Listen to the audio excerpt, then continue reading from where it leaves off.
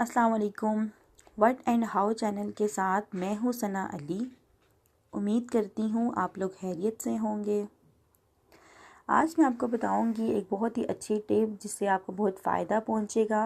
ये मीठा सोडा मैं आज आपको बताऊंगी कि हम किस लिए यूज़ करते हैं। और अक्सर आज अफ्तारी होती है। अफ्तारी में लोग आजकल बहुत से पकवान बना रहे हैं।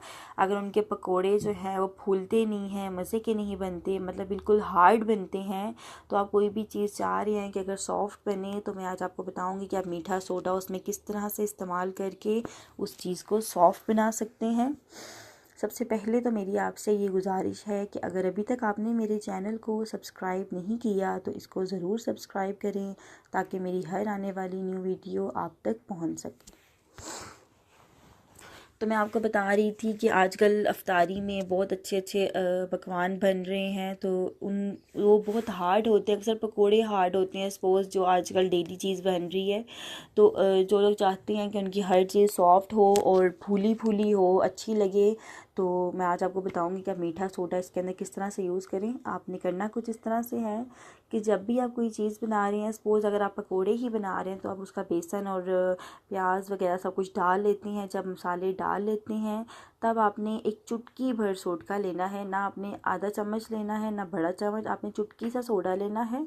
सोडा लेके आपने चुटकी भर उसके अंदर डाल देना है। अगर आपके पकोड़ों की जो आपको लगे मिकदार ज़्यादा है और ये ज़्यादा पकोड़े हैं, मतलब 10-12 पकोड़े नहीं बनेंगे, ज़्यादा बनेंगे, ज़्यादा पकोड़ों का मसाला है, तो आपने ज़्यादा से ज़्यादा आधा स्पून सोडा लेकर उसके अंदर मिला देना है।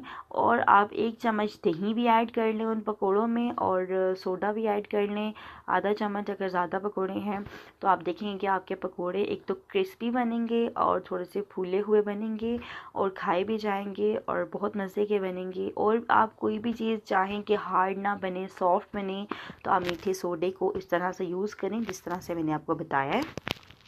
मज़ीद अगर आप कुछ जानना चाहते हो तो मुझे कमेंट्स में पूछ सकते हैं। अगर मेरी वीडियो अच्छी लगती है तो इसको लाइक करें, दोस्तों के साथ शेयर किया करें, मेरे चैनल को ज़रूर सब्सक्राइब करें या बेल का बटन दबा दें। अब मेरी आने वाली वीडियो का करें वेट।